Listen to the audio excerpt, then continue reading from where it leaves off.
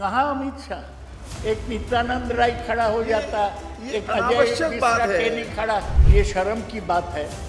वहाँ ऑफिसर को देख के चुनाव को घोटाला बनाया गया। आप लोग को शर्म आना चाहिए। ये सब बारे में विदुरी कुछ नहीं समझ। विदुरी जी प्लीज बैठिए, बैठिए, आप बैठिए। आप केवल दादा आप बोलिए। मैं बोलता रहूंगा। ये विदुरी जैसे लोग कोई आप जरा please continue. I am sure Arjun ji, consistent with your name Arjun, you will focus not on the fish, not on the eye, but only on the pupil. Go ahead. मंत्री से संसद में किसने कहा था कि आप अनफिट हैं? इस बयान के बाद संसदीय कार्य मंत्री प्रहलाद जोशी, अर्जुन राम मेघवाल सदन में खड़े हो गए। हंगामा होने लगा। एक श्वेत पत्र का भी जिक्र आया है। सूत्रों के हवाले से खबर चल रही है कि मोदी सरकार एक श्वेत पत्र लाने वाली है। इसमें क्या क्या दर्ज किया जा रहा है? लोकसभा में एक आवाज गूंजी थी, कहां है शाह? फिर सामने बैठे मंत्रियों की भौहें तन गईं। चंडीगढ़ घोटाला कहकर कौन किसे चढ़ा रहा था? आज कहानी आपके हिस्से की है, जिन्होंने बीमारियों को सामने देख एम्स का दरवाजा तलाशा है। उनके लिए जरूरी बातें भी। चलिए सब कुछ जानते हैं आपके शो संसद में आज में। नमस्ते, मैं हूं हिमांशु। चलिए शो शुरू करते हैं।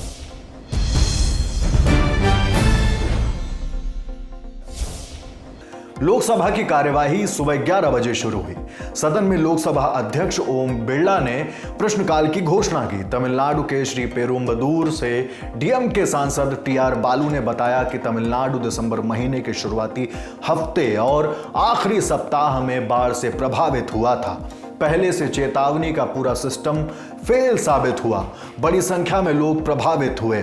सत्ता पक्ष की ओर से किसी ने टोका था शायद। टीआर बालू आग बबूला हो उठे। वह कह रहे थे, इन्हें कुछ अनुशासन समझना चाहिए। आप संसद के सदस्य के तौर पर अनफिट हैं। टीआर बालू ने एल मुरुगन पर यह कमेंट किया था। इस कमेंट को सामने बैठे सत्ताधारी लोगों ने पकड़ लिया। Sir, why should he intervene? Sir, he should know some discipline. Sir, he should know some discipline. You are unfit to be a member of parliament. Please sit down. You are unfit to be the responsible minister also. You please sit down. You don't have any guts to face it. Please sit down. We will teach you. This is not good. How can you call him unfit? You cannot call a minister and member unfit. It is unfair. You are senior member. How can you call him unfit? Sir, what is the thing? What is the thing which has DMK cannot say unfit, sir. He cannot say unfit. Only questions, please. We are on the same page, sir. Mr. Balu cannot say unfit to our honorable minister. He cannot say unfit, sir. He told unfit. That is not a good thing. अब दोनों पक्षों में जुबानी झगड़ा होने लगा। प्रहलाद जोशी कह रहे थे कि आपने दलित समाज के साथी का अपमान किया है, माफी मांगनी पड़ेगी। बार बार सदन में यह शब्द उछाला गया। सवाल के साथ हंगामा थम गया। दोपहर 12:02 लोकसभा अध्यक्ष ओम बिरला ने सदस्यों से दस्तावेजों को सदन के पटल पर रखने को कहा। दोपहर 12:11 पर गृह राज्य मंत्री नित्यानंद राय ने Jammu Kashmir local bodies laws amendment bill 2024 पेश किया। जम्मू कश्मीर के अनंतनाग से जम्मू कश्मीर नेशनल कॉन्फ्रेंस के सांसद हसनैन मसूदी ने कहा कि मैं यही कहूंगा कि पहले यह देखा जाए कि क्या किया जा रहा है। जनाब, मैं ऑनरेबल मेंबरान से ये दरख्वास्त करूंगा कि वो देख लें क्या किया जा रहा है। 1999 का कानून जो जम्मू कश्मीर असेंबली ने पास किया है और 2000 का कानून, उसमें संशोधन, उसमें तरमीम की जा रही है। तो जनाब 5 अगस्त 2019 को जो एक मार्केट किया गया मिसट्रूथ्स पर कि जम्मू कश्मीर में कुछ भी नहीं है, कोई पंचायत नहीं है, कोई कानून नहीं है, इसलिए 5 अगस्त का जो फैसले किए गए वो ज़रूरी बन गए। अब जनाब उनकी तकज़ीब होती है। All those whatever was made, whatever was said is बिलाइड। अब जनाब ये 1999 में कानून मौजूद था। पंचायतें वहाँ पर इलेक्शन 1968 में हुई और जनाब ये नहीं कि हर एक स्ट्रक्चर था, तीनों स्ट्रक्चर मौजूद थे। इससे ये जो बयान दिया गया उसको मार्केट करने के लिए, 5 अगस्त के फैसलों को मार्केट करने के लिए उसकी तकज़ीब होती है। ये तो पहली बात है।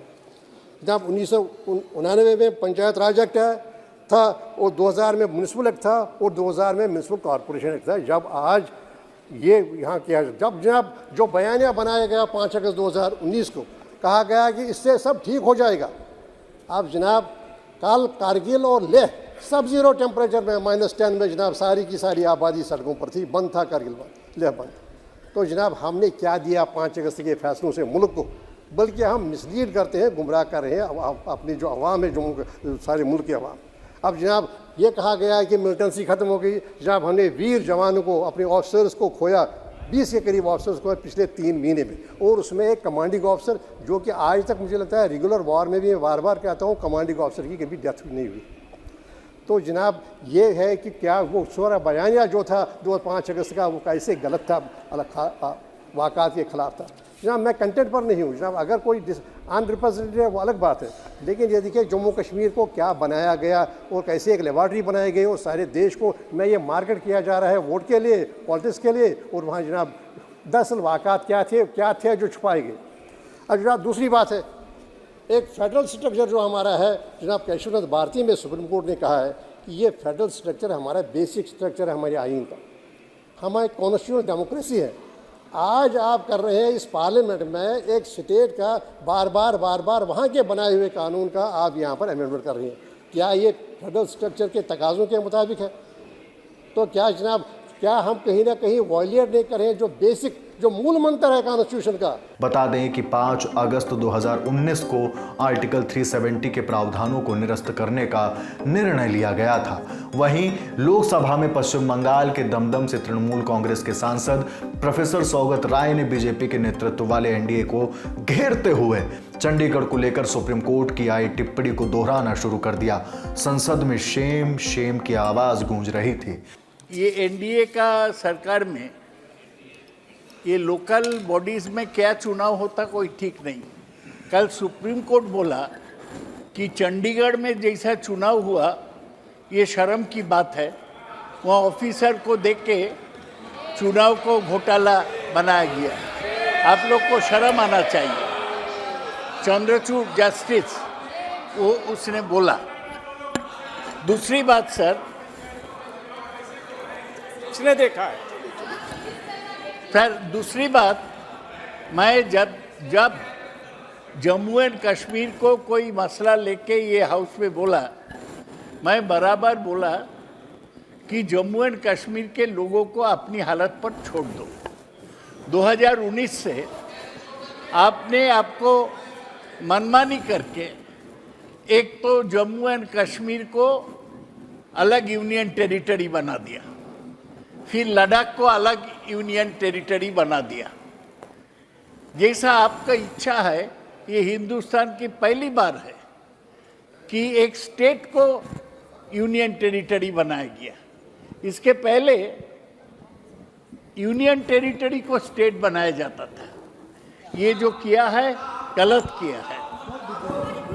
ये सब बारे में बिदुरी कुछ नहीं समझता। बिदुरी जी प्लीज बैठिए आप बैठिए। आप केवल दादा आप बोलिए। आप मैं बोलता रहूंगा, ये बिदुरी जैसे लोग कोई आप जरा प्लीज कंटिन्यू सर जी। आप इधर जी आप जी। मुझे ये भी बोलना है, जैसा मैं बोला जम्मू एंड कश्मीर के लोगों को अपनी हालत पर छोड़ दिया जाए। मैं चाहता हूं कि जम्मू एंड कश्मीर का असेंबली का चुनाव हो जाए।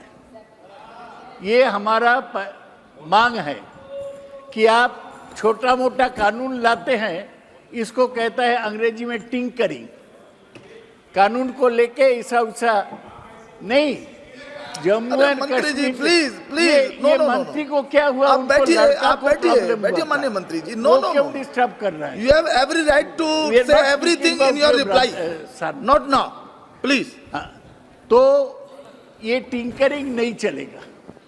जम्मू एंड कश्मीर में एक तो प्रॉपर इलेक्शन किया जाए, वो उसका स्टेटहुड वापस दिया जाए, उसके बाद जितना कानून आप बनाने चाहते हैं आप वो स्टेट को बोलिए, वो लोग करेंगे। प्रोफेसर सौगत राय अब बिल पर वापस लौट चुके थे।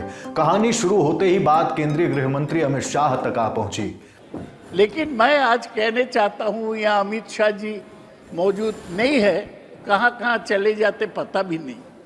नाम उनके है कि वो कानून लाएंगे, Amit Shah to move that the bill further to amend. कहाँ अमित शाह? एक नित्यानंद राय खड़ा हो जाता, ये एक अजय अनावश्यक बात मिश्रा है। टेनी खड़ा। स्वागत है, ये अनावश्यक बात है, you know it sir honourable minister. Sir क्या ओके लिखा है? ओके क्या लिखा है? ठीक है, जो लिखा है परमिट किए है ना, ना, his MOIs is piloting the bill. अरे ये तो no, it is non issue। Which Please, MOIs? please. Now There are come to two the subject। MOIs sitting side Come by to the side. bill, please। Amit Shah का 2 assistant जी। हैं? 3 side by side, एक को तो कोई power ही है नहीं, वो अब चुपचाप now बैठा please हुआ है। कंप्लीट उसका कीजिए, नाम है निशित। मुझे लगता है आप अपनी बात कह चुके हैं। वहीं महाराष्ट्र के बारामती से एनसीपी सांसद सुप्रिया सुले ने इस बिल का समर्थन किया। कांग्रेस सांसद अधीर रंजन चौधरी ने सरकार को खूब घेरा। आप जब ये 370 हटाए थे, आपका ये मकसद थी आपके कहने के मुताबिक कि हम जम्मू कश्मीर में और लोकतंत्र को ताकत देने के लिए ये कानून ला रहे हैं, ये हटा रहे हैं 370। तो देखिए आप कैसे ताकतवर किए हैं कि हुआ कोई चुनाव ही नहीं होते हैं और बिना चुनाव पंचायत चलते हैं, आप उनको एक्सटेंशन दे सकते थे। क्योंकि मान लीजिए मोदी जी कल कह दिए कि 100 दिन के बाद सारे चुनाव की नतीजा आ जाएंगे, मतलब नया सरकार गठन होने के पहले चुनाव होना चाहिए। तो यहाँ जम्मू कश्मीर में क्यों पहले चुनाव नहीं करा के आप इस तरीके की बिल लाते हैं, ये मेरा सबसे बड़ा सवाल है। और दूसरी बात, ये सब जानते हैं हमारे नेता राहुल गांधी जी, जिनकी ये स्पष्ट तरीके से जिन्होंने वादा किए हैं कि उन्होंने कास्ट सेंसर कराएंगे और 50% की जो रिजर्वेशन की जो मुद्दा, इसको हटाएंगे। तो मोदी जी और ये सरकार ओबीसी की बात करते हैं, लेकिन जब कास्ट सेंसस की हम बात करते हैं तो मोदी जी खुद कहते हैं कि हमारा कोई कास्ट ही नहीं है। ये 4 कास्ट उन्होंने बनाया, लेकिन बाकी कोई कास्ट नहीं है। तो ये कास्ट सेंसस कराना चाहिए। हम चाहते हैं कि सरकार, हमारी नेता राहुल गांधी जी और खासकर कांग्रेस पार्टी की जो मांग, ये मांग को वो स्वीकार करे। केंद्रीय राज्य मंत्री नित्यानंद राय के जवाब के बाद इस बिल पर चर्चा पूरी हुई। वोटिंग के बाद इस बिल को लोकसभा से पास कर दिया गया। वहीं राज्य मंत्री डॉक्टर जितेंद्र सिंह ने लोक परीक्षा अनुचित साधन निवारण विधेयक 2024 पेश किया। इस बिल पर भी चर्चा पूरी हुई, फिर वोटिंग के बाद यह लोकसभा से पास हो गया। अब सदन में अर्जुन मुंडा ने संविधान, जम्मू कश्मीर अनुसूचित जनजातियां आदेश 1989 और संशोधन करने वाले विधेयक पर विचार करने के लिए पेश किया। इस बिल पर सदस्यों ने अपनी बात रखी।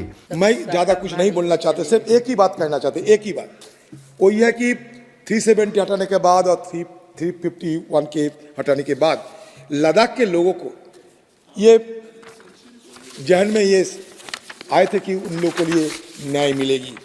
आज लद्दाख के लोग अपने स्टेटहुड के डिमांड कर रहे हैं, स्टेटहुड के लिए आंदोलन कर रहे हैं, सारे लद्दाख बंद कर देते हैं और साथ साथ वहाँ 6 शेड्यूल की मांग करते हैं। एक तो स्टेटहुड, दूसरी तरफ 6 शेड्यूल की मांग करते हुए सारे लद्दाख के आम लोग हजारों की तादाद पे आज रास्ते पे उभर रहे हैं। तो इस मुताबिक जब ये बिल आ ही रहे हैं तो लद्दाख को क्यों नहीं, और लद्दाख वासियों को ये उनकी भावना को सम्मान देते हुए, उनकी भावना को संज्ञान में लेते हुए क्यों ना लद्दाख के लोगों को ये 6 शेड्यूल की अंतर्गत करने की नहीं सोचने की जरूरत है सरकार को।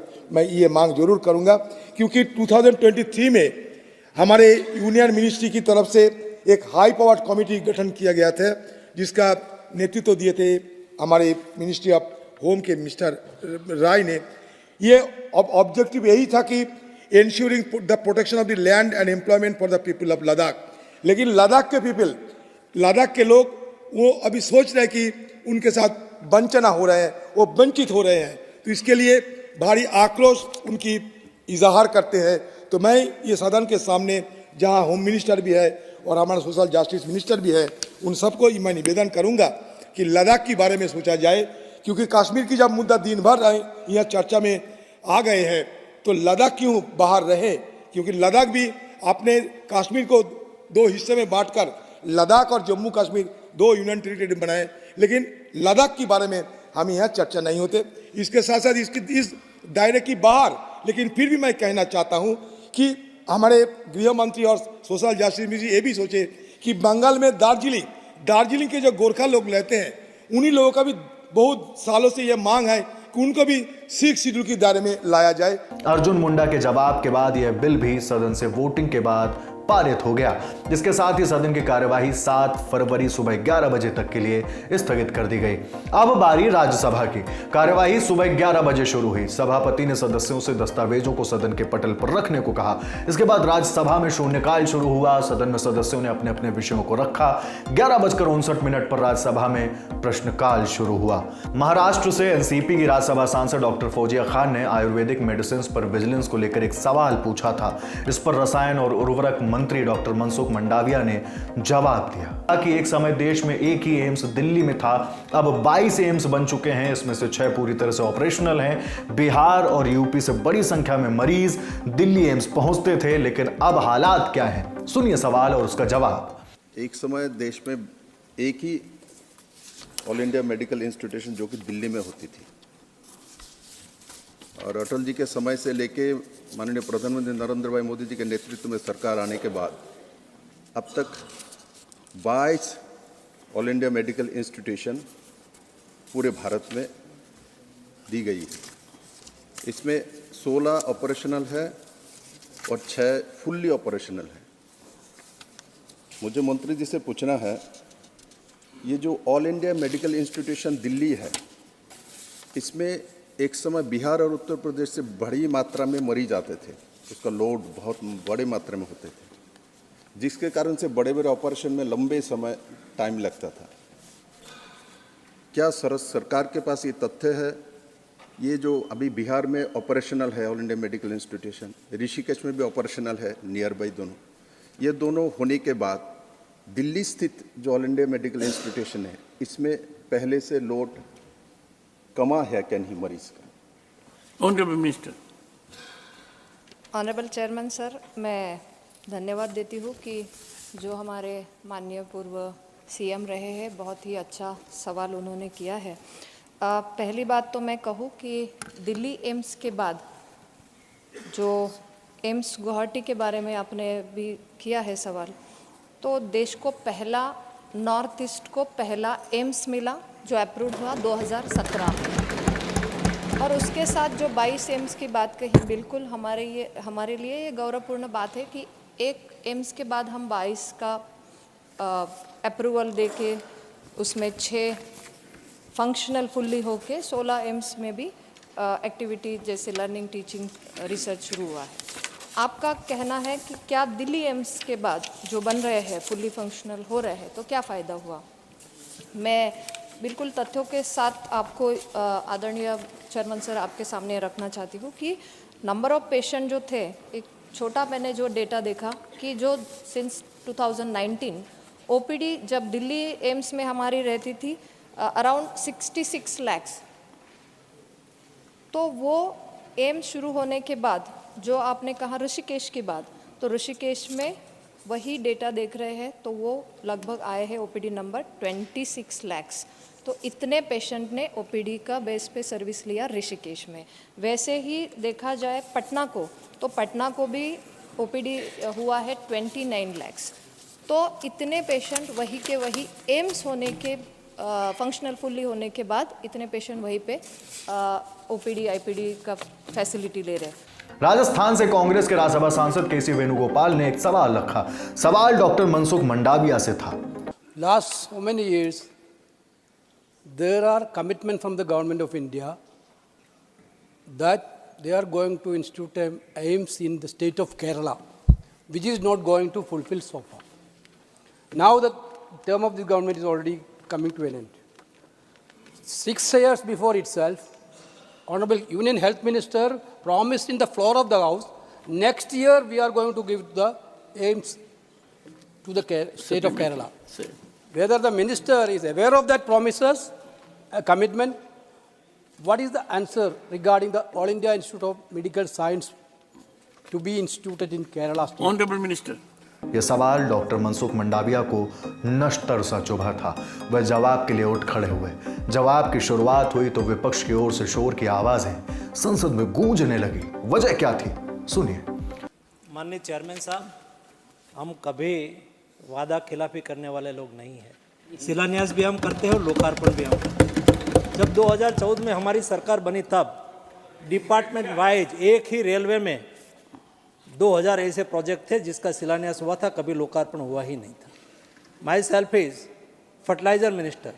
मैं थोड़े दिन पहले कोरबा में गया था। 1971 में फर्टिलाइज़र का प्लांट शिलान्यास हुआ था, आज तक उसका लोकार्पण हुआ ही नहीं 2023 तक। माननीय चेयरमैन साहब, हमने देश में देश में 22 एम्स बनाई है। देश के सभी राज्यों में देश के सभी नागरिकों के लिए हेल्थ फैसिलिटी उपलब्ध हो हमारी प्रायोरिटी है और ये प्रायोरिटी के आधार पर हम 22 एम्स तक पहुँचे हैं। भविष्य में हम हमारा असेसमेंट के आधार पर उसमें आगे भी बढ़ सकते हैं, हमारी बहुत क्लैरिटी है। और इसलिए हमने केरला में केरला की सरकार के द्वारा असहयोग होने के बावजूद भी भारत सरकार की हेल्थ की कोई योजना का वहाँ भारत सरकार के फॉर्मेट के अनुसार इम्प्लीमेंटेशन नहीं करते होने के बावजूद भी हमने 4 मेडिकल कॉलेज केरला को दिया है। हम स्टेट गवर्नमेंट को हमेशा सहयोग करते हैं और भविष्य में केरला के लोगों को टर्शरी केयर के लिए जो भी फैसिलिटी की आवश्यकता हो, मेडिकल कॉलेज में फैसिलिटी की आवश्यकता हो, नई मेडिकल सीटें बढ़ानी है, भारत सरकार। Honorable Minister, the Honorable Member wants a specific response. Once, please. I'm here. Yes. Chairman साहब, मैंने स्पेसिफिक ही रिप्लाई दिया है कि हम भविष्य में जिस स्टेट में एम्स नहीं है उसके पर हम प्रायोरिटी के आधार पर विचार कर सकते हैं। प्रश्नकाल के बाद जनजातीय कार्य मंत्री अर्जुन मुंडा ने 2 बिल सदन में पेश किए। Characteristic of renewable energy. As you know, solar energy goes up in spikes and then falls down. As you know, wind energy also has its variations. The renewable energy per se has a strong variability factor, which the minister himself has mentioned. But the answer to my question is no. There is no problem of grid stability.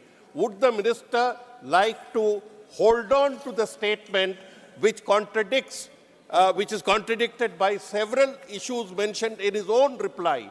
The reply is unusually big, and there it mentions that generators are going out of grid. So would the minister like to clarify, or would the minister like to stand by such a categorical statement? Honorable Minister, and both of you happen to be former bureaucrats. And Mr. Chairman, sir, we also happen to be batchmates. Mr. Chairman, sir, what has been, if my batchmate takes care to read what I have written carefully, he'll find that I have said that that the grid as of today is totally stable. It is true that renewable energy is variable, but there are ways of managing it, and that's what we are doing, and that is why our grid is stable. God forbid if our grid became unstable because we have one grid connecting the whole country. संविधान अनुसूचित जनजातियां आदेश संशोधन विधेयक 2024 को लेकर सदन में चर्चा शुरू हुई। सदस्यों ने अपने अपने विचार रखे। धर्मेंद्र प्रधान समेत कुछ सदस्यों ने इस बिल पर चर्चा के बाद राष्ट्रपति द्रौपदी मुर्मू का जिक्र किया था। केरल से सीपीआई के राज्यसभा सांसद बिनॉय विश्वम ने इन बातों को लेकर बीजेपी को निशाने पर लिया। पूछा कि जब इस संसद का उद्घाटन हुआ था तो क्यों राष्ट्रपति द्रौपदी मुर्मू को नहीं बुलाया गया। साथ ही सवाल राम मंदिर में प्राण प्रतिष्ठा के दौरान भी ना बुलाए जाने को लेकर था। इस हंगामे के बीच राज्यसभा के सभापति जगदीप धनखड़ ने अर्जुन मुंडा से कहा, अर्जुन जी, आप अपने नाम अर्जुन की तरह तटस्थ रहिए। आप फोकस करेंगे ना कि मछली पर, ना ही उसकी आंख पर, बल्कि मछली की आंख की पुतली। इसके बाद संविधान अनुसूचित जनजातियां आदेश संशोधन विधेयक 2024 सदन से वोटिंग के बाद पारित कर दिया गया। सदन में पर्यावरण, वन एवं जलवायु परिवर्तन मंत्री भूपेंद्र यादव ने जल प्रदूषण निवारण और नियंत्रण संशोधन विधेयक 2024 पेश किया। दोनों सदनों में क्या कुछ हुआ हमने आपको बताया, बाकी बातें और भी हुई हैं। सब कुछ मिलेगा आपको दी लल्लन टॉप पर। अब एक नजर उन विधेयकों पर जो लोकसभा और राज्यसभा में पेश किए गए और पारित भी कुछ हो गए।